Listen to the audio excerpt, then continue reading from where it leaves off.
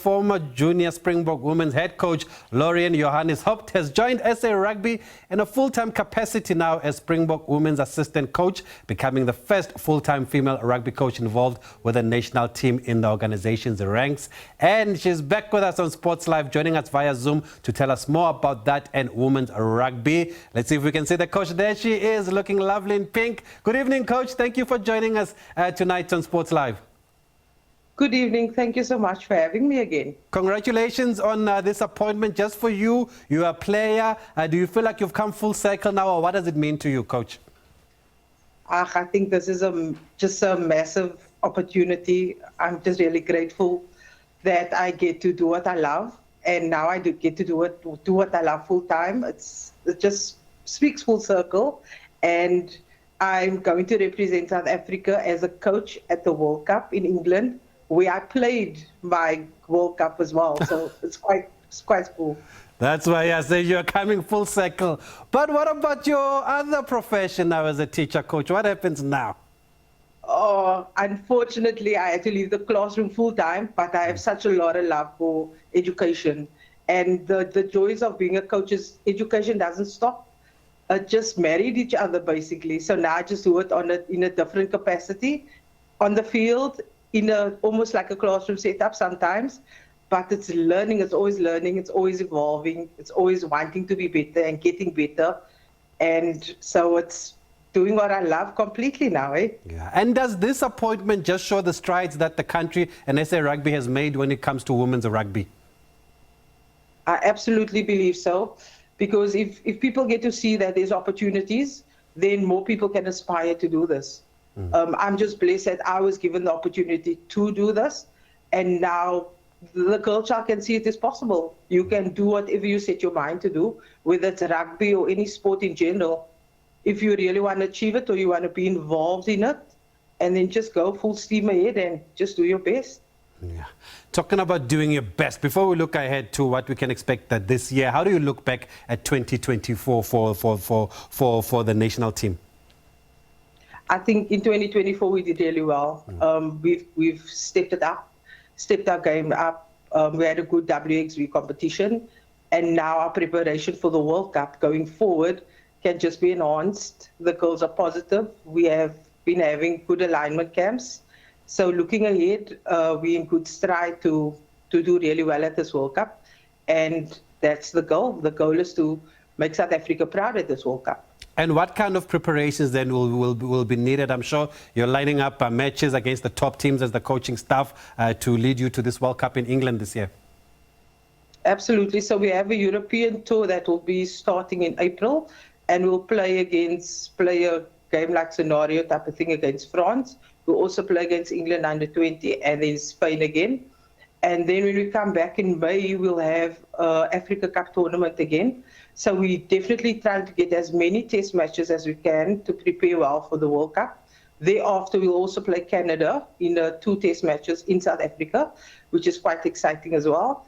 And then hopefully New Zealand as well. So there's a lot happening in this year prior to the World Cup. But I just feel that this time around, we have the best preparation we could have possibly have, because even the franchises bought into what we want to do.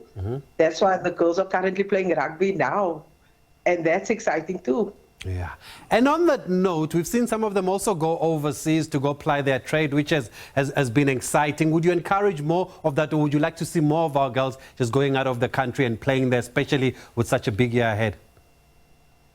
Absolutely. I think post-World Cup, that would be something that the girls can really look into, because it's just exposing them to playing international standards all the time.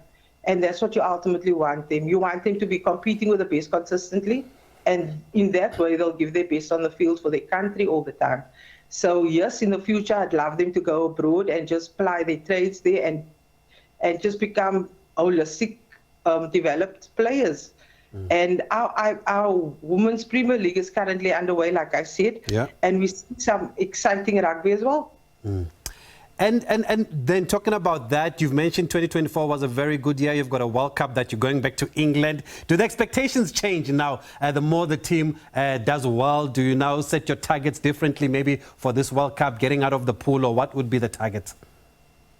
So our targets will definitely be to make the playoffs this year round. I feel that we've already put in enough work, but we obviously want to perfect that going into it. But we've had a few alignment camps already, so that puts us in a good position to just get better. So we want to make the playoffs, yes. Are these alignment camps some of the differences between your time in 2010 going to a World Cup and now in 2025? Because we've clearly come a long way. What are some of those big differences and the improvements that have been made, Coach? Oh my word, it's massive. Like, we camping on a almost regular basis now. That time we camped for like 2 weeks or 3 weeks prior to World Cup, and there you go represent your country. So it was more about participation. But that time is long gone. We're there to compete. We're there to play against the best and do the best that we possibly can. There's also Coach Swayze de Bruin also. What has he added just to the team and just to women's rugby? Because there's no doubt that he's got a wonderful top rugby brain. Oh, absolutely. I keep on saying that I get to steal from the best, but that man's brain is amazing, as you said. He just creates this great atmosphere for the girls, where they're more calmer, they're relaxed, and they engage. They're happy, they're in a happy space, but they know when that bell rings for time to box in the boxing ring, they're going. So we are really working them really hard, but Swayze has just brought a different type of energy. And I think our coaching team and management, we are getting along so well. So it's actually really special. And as far as the kind of rugby that you want to play, Coach, we've seen rugby's evolved. Even the men's side has evolved now from relying on the forwards and just running over everybody. Are they playing the ball? How do you want your team to play as coaches? As coaches, obviously, we want to play enterprising brand of rugby. But, we won't move too far away from the main things. So the main thing will always be our set piece. And we would definitely want to dominate there, firstly. And then our attack, with Coach Swayze's brilliant attacking brain, we definitely want to give the ball some more flair.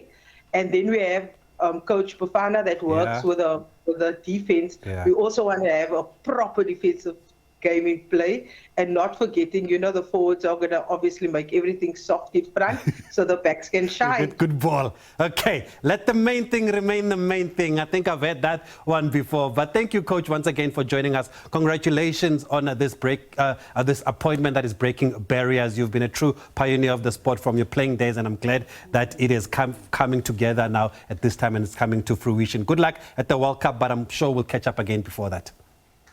Thank you very much. Thank you. Have a good evening. Thank you, Springbok Women's assistant coach Laurian Johannes-Haupt. They're joining us, working with the likes of Coach Swayze de Bruin, Coach Bafana and Tleko. Some good things happening as far as women's rugby is concerned in South Africa, and credit must go to SA Rugby. They did say they will pump money in, and they've done just that.